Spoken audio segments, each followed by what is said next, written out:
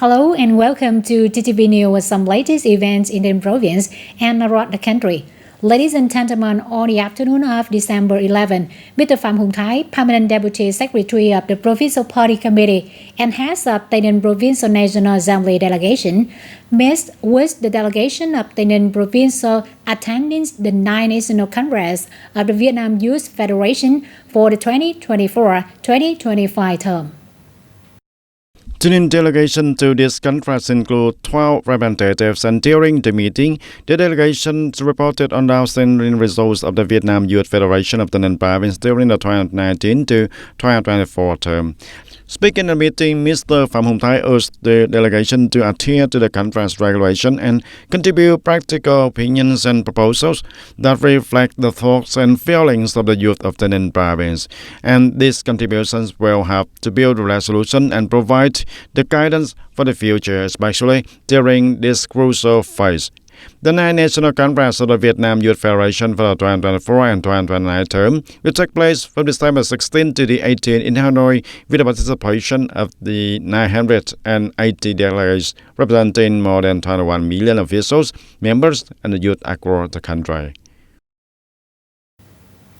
In 2024, TayNinhTV continued to be a highlight in attracting investment, particularly foreign direct investment (FDI), laying the foundations for sustainable development and confirming the province's positions in the Southwest region.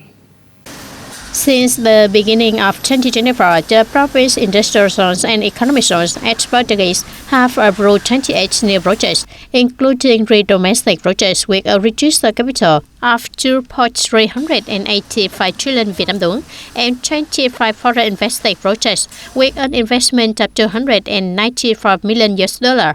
Currently, the entire province has 398 investment projects in industrial zones and economic zones with a total registered capital of over 10.5 billion US dollar.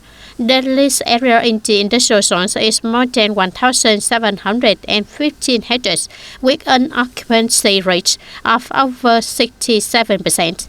Specifically, 5 operating industrial clusters have attracted 20 secondary investment projects with a total investment of 137 billion Vietnam dong for infrastructure development. The total area of operating industrial clusters is over 211 hectares. The leased industrial land area has reached more than 136 hectares with an occupancy rate of 93.7% of the industrial land area. In November, a member of the steering committee, TayNinhTV at the provincial, district, and city level, along with law enforcement agencies, continue to strictly implement anti-smuggling, anti-commercial route, and anti-counterfeit activities in TayNinhTV province. As the result, 71 cases involving 73 individuals were discovered and arrested, with the total value of the seized goods exceeding 1.3 billion Vietnam dong. Compared to the previous month, the value of the seized goods increased by 497.9 million Vietnam dong, and in the same month, authorities proposed 62 administrative violations and collecting over 5.3 billion Vietnam dong in revenue for the state budget. Regarding the criminal prosecution, authorities initiated the legal action in 6 cases involving 12 individuals, and compared to the previous month, the number of cases increased by 1 and the number of individuals involved rose by 6. Additionally, in November, law enforcement agencies has 40 business side commitments to not trading in the smuggled goods, banned items, and counterfeit goods and substandard products or unsafe food.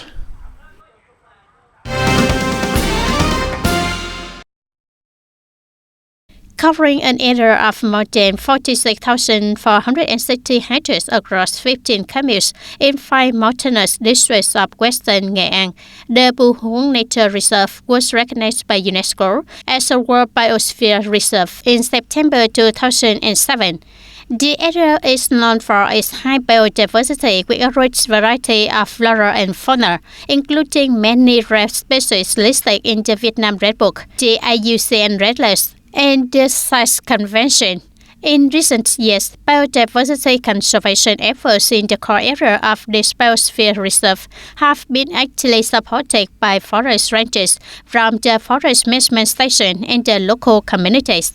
The buffer zone of Bu Huong Nature Reserve includes more than 120 villages with about 13,000 people, primarily from the Thai ethnic group. In recent years, forest rangers from the research forest management stations have strengthened their cooperation with local authorities to encourage residents to limit forest exploitation and move livestock grazing areas outside the core zone. They have also worked to establish mechanisms for raising awareness in the buffer zone communities, encouraging them to implement forest management, protection, and development measures, as well as biodiversity conservation. In special use and rotative forests, safety has been ensured and biodiversity has been enhanced. On-GL paths are now overrun with plants. The vast Bu Huong forest has two distinct types of forests: lowland evergreen forest and low mountain evergreen forest, distributed at elevations ranging from 400 to over 900 meters. The area is home to nearly 570 species of animals, including 69 species listed in the Vietnam Red Book, 51 species in the IUCN Red List 2020, and 36 species listed in the CITES Convention. In recent years, through forestry programs and projects implemented by the Research Management Board in cooperation with local authorities, the buffer zone communities have improved their living standards and developed sustainable livelihoods. The focus on poultry farming and two-season rice cultivation has ensured food security and significantly reduced the negative impacts on forest security. When people ensure their food security through rice cultivation, they stop encroaching on the forest and minimize the impact on it. Forest resources have been well protected, and the animal and plant species, as well as ecosystems, are increasingly developing. The biodiversity of Bu Huong Nature Reserve is continuously improving, as demonstrated by activities from organizations and research projects that monitor biodiversity and report results. In the future, Bu Huong Nature Reserve Management Board will focus on innovating forest management and protection, aiming to enhance community involvement. They will also strengthen cooperation with international organizations and non-governmental organizations to secure more investments for biodiversity conservation activities and create livelihoods for the buffer zone residents.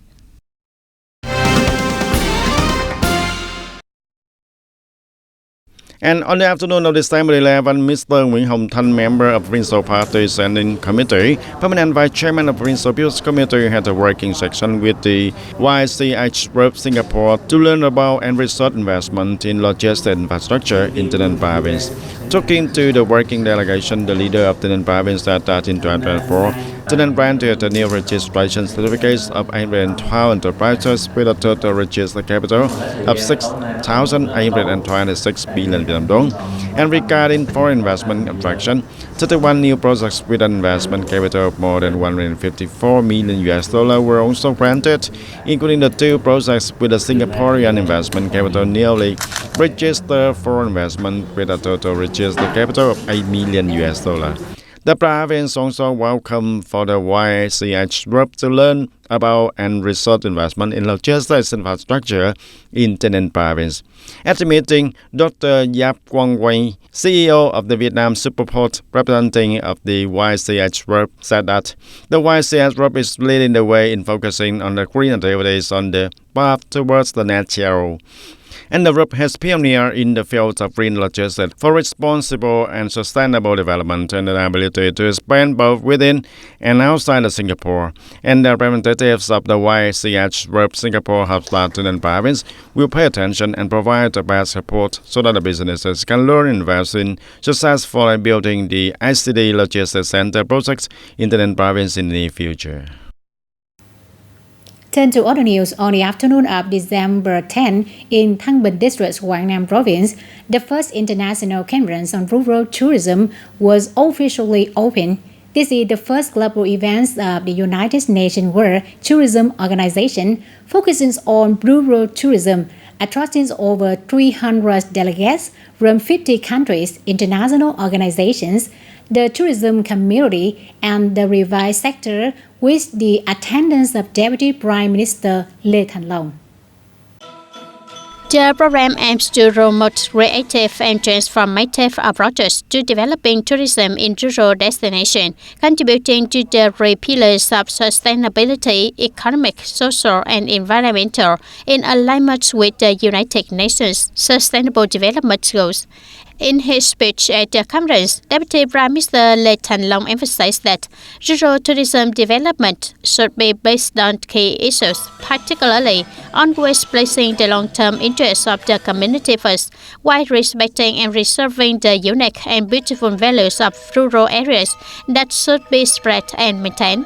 Vietnam is ready to continue cooperating actively with the international community and the United Nations World Tourism Organization to implement new initiatives and approaches for rural tourism development, following the principles of one product per village. Every citizen is a tourism ambassador and each locality a unique tourism product. The Orion nuclear power is a significant energy source capable of providing stable and base-load electricity as the brings and sustainable energy sources. Therefore, developing these energy sources not only have diversified the supply, but also ensures energy security and supports the transition to green energies, aiming for net zero emissions by 2050, as committed by Vietnam. As the 8 sessions of the 15th National Assembly recently, the government raised to continue the investment in Ninh Thuận nuclear power projects. So which technology suits Vietnam choose for the nuclear power development? Please follow these reporters. And after 8 years of suspension, the Ninh Thuận nuclear power project will be restarted. And previously, the sites for the construction of Ninh Thuận 1 and Ninh Thuận 2 nuclear power plants underwent a long research and careful selection of the process, meeting the international standards and being suitable for the building nuclear power plants in Vietnam. According to experts, in the nearly of 10 years since the suspension of nuclear power, there has not been much technological change in this field. We see that from 2016 to 2024, in less than 10 years, there has been much change in nuclear power technology, and it is just a shift of one generation. There have been discussions about the small-scale nuclear power, but small nuclear power projects have not yet been commercialized or proven.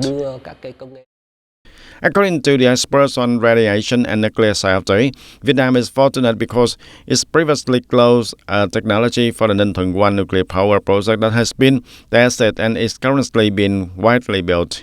According to statistics from the International Atomic Energy Agency (IAEA), in 2023 and 2024, more than 60 nuclear reactors are being constructed in various countries, and with only a few small reactors for demonstration purposes, the demanding factors and the large scale.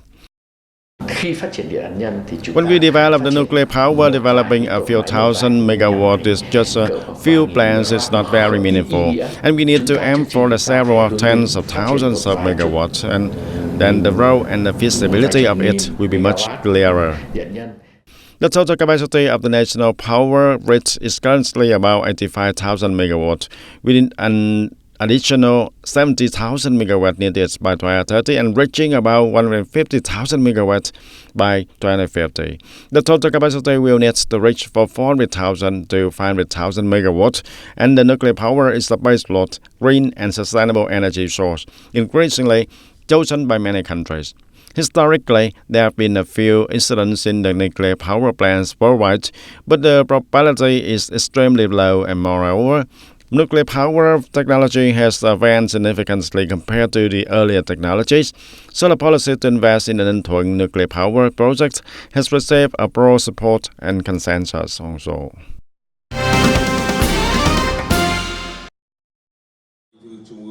On the evening of December 10 at the National Cultural Hall in Vientiane, Laos, the Ministry of Culture, Sports and Tourism of Vietnam, in collaboration with the Ministry of Information, Culture and Tourism of Laos, organized the 2024 Vietnamese Culture Week in Laos with the theme Colors of Vietnamese Culture, Vietnam-Laos Friendship. Speaking at the event, Mr. Hoàng Tạo Cương, Deputy Minister of Culture, Sports and Tourism of Vietnam, stated that the 2024 Vietnamese Culture Week in Laos is not only a regular symbolic event, but also demonstrates Vietnam's strong commitment to this special friendship. As part of the event, a traditional art performance by Vietnamese artists offered the audience an opportunity to better understand Vietnamese culture.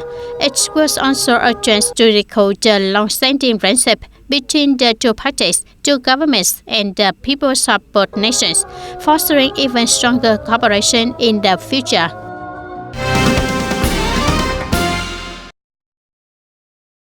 And the Asian Development Bank ADB just released its Asian Development Outlook ATO report, revising Vietnam's economic growth forecast to 6.4% in 2024 and 6.6% in 2025, and up from previous estimates of 6% and 6.2%. According to ADB, the stronger than expected rise until the strong recovery in manufacturing exports and the continued implementation of the fiscal support measures have boosted Vietnam's economic growth in the context of increasing external challenges. Accelerating public investment and fiscal and monetary support policies are necessary measures to further stimulate domestic demand.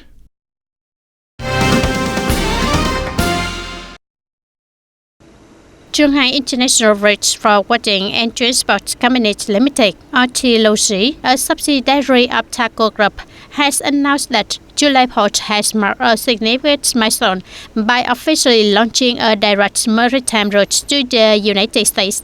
The development of this direct shipping route to the U.S. not only enhanced the competitiveness of July Port, but also provides a strong impetus for export growth among businesses in large industrial zones in Quảng Nam and Quảng Ngãi. This will have reduced logistic costs, optimize transportation time, and contribute to economic growth in the region, while also solidifying July Port's role in the national logistics system and its position on the international logistic map. Ladies and gentlemen, according to the report on the labor and employment situations in the third quarter from the Chamber Statistics Office, more than 1 million people in the working age group are unemployed. Notably, the unemployment rate among young people who are neither employed nor participating in education or retraining program has been trending upward toward the end of the year. With less than 2 months until the Lunar New Year, Mr. Mai Quý Nhân was let go by his company due to difficult circumstances and a need for workforce restructuring. The sudden decision to terminate his contract has left many young workers like Mr. Nhân uncertain about how to find a job in the near future. It has affected me a lot, especially the bonus. The 15-month salary is a big impact, especially at the end of the year when businesses are struggling. In the third quarter, there were still approximately 1.4 million young people aged 15 to 24 who were unemployed and not participating in education or training, accounting for nearly 11% of all youth, an increase of 75,300 compared to the previous quarter. The main reason for the increase in unemployment at the end of the year is the unstable production and business conditions in many enterprises. Many businesses have shut down or shifted their business models, resulting in workforce reductions. I used to work as an accountant, but due to downsizing at the company, I had to leave my own job. There are many reasons why workers leave, such as the expiration of labor contracts or business closures. According to our statistics, the highest unemployment rate is among workers aged 35 and above, as it is difficult for people at this age to find a new job. Although the unemployment rate remains relatively high, it can be observed that In the context of the socio-economic situation in the fourth quarter, the country is maintaining a more positive trend, better than the same period last year in many areas. Additionally, the increased demand for recruitment is a driving force contributing to the improvement of the current labor markets. And that's all for today, TTV News. Thank you for being with us, and goodbye for now.